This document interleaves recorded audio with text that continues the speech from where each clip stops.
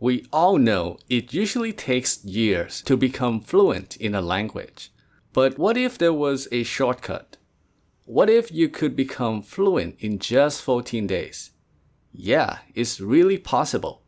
I'll tell you the secret right now. Okay, that was a lie. There is no secret.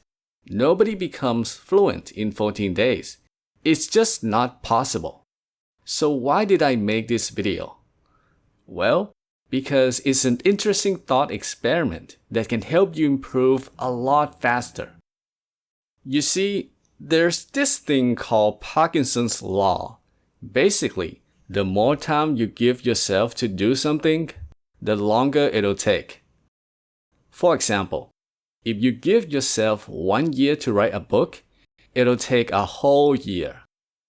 But if you give yourself just 14 days, you'll find a way to get it done in that time frame. And even if you miss that deadline, that's okay. You'll still finish way sooner than you would have otherwise. The same idea applies to learning English.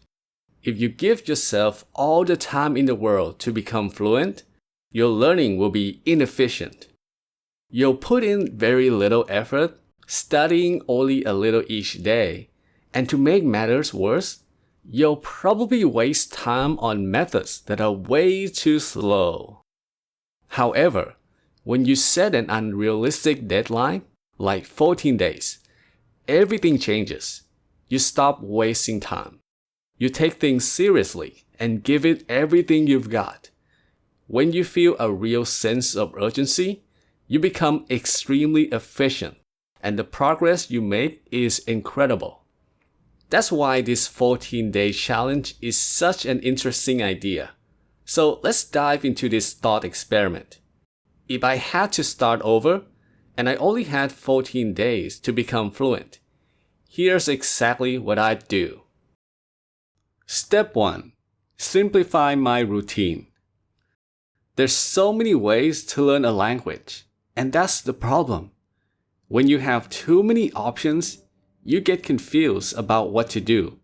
So, a lot of people decide to do everything. They're doing exercises in language apps, watching grammar videos on YouTube, and reading books to build vocabulary. On top of that, they try to get some listening and speaking practice as well. It's no surprise they're feeling overwhelmed.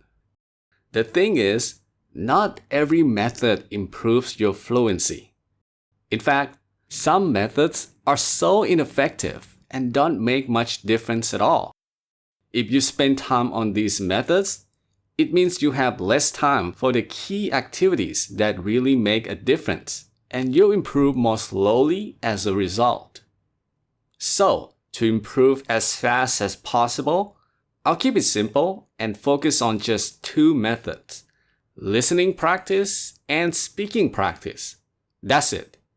Listening and speaking are the 2 things we do in real conversations, so it makes sense to focus on them.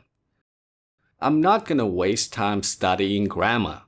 I'm not gonna bother with language apps exercises that don't let me speak. You know, language apps have a lot of pointless exercises, like rearranging words into sentences.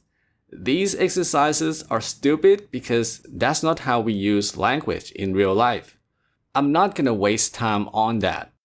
By keeping it simple, I can put all my energy into the 2 activities that will have the biggest impact on my fluency. This way, I'm not overwhelmed, I don't get confused, and I can improve way faster. Step 2. Maximize learning time. Let me tell you something obvious. If you want to become fluent faster, spend more time each day learning. It's the most reliable way to speed up your progress. If you double your learning time from 1 hour to 2 hours, you'll improve twice as fast.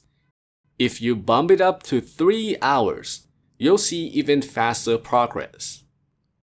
So, because I only have 14 days, I'm gonna spend all my time learning and practicing. That means no social media, video games, or any other distractions. I'll dedicate all my free time to English. But that's not all. I'm going to take things a step further.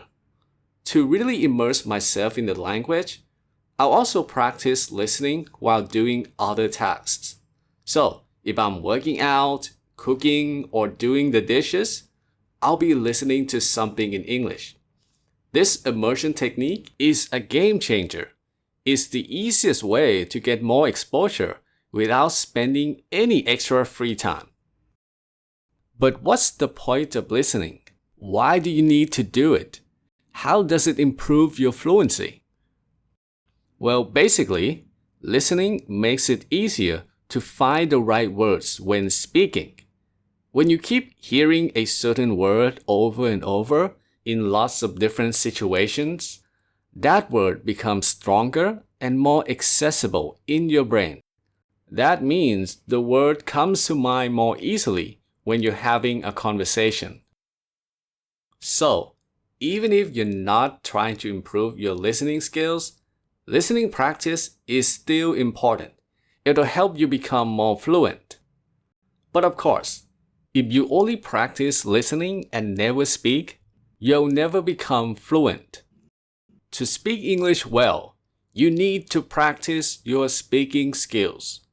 But what's the best way to do that? Let's move on to the next step. Step 3. Bulletproof my speaking practice. There are many ways to practice speaking. You can talk to yourself, chat with other learners, or imitate native speakers. The problem is, these methods aren't perfect. They have some weaknesses that can slow down your progress. For example, when you're talking to yourself, there's no real interaction, right? Because you're not getting any feedback. You don't know if what you're saying is even understandable. You could be saying something confusing and you wouldn't even know it. Chatting with other learners also has a weakness. I mean, it's better than just talking to yourself because now you're getting some interaction. The problem is, the person you're talking to is also a learner, so they have their own grammar and pronunciation mistakes. When you're talking with them, you might pick up those mistakes without realizing it. Okay, what about techniques where you repeat after a native speaker, like shadowing or imitation? Well, these methods are really helpful, but they have a major weakness too. You see, when you're repeating after someone, you're not thinking and forming sentences on your own, right? You're just copying words and ideas from someone else. So it doesn't give you the skill to create sentences on the spot. And when you actually have to speak to someone for real, you'll struggle to express your thoughts.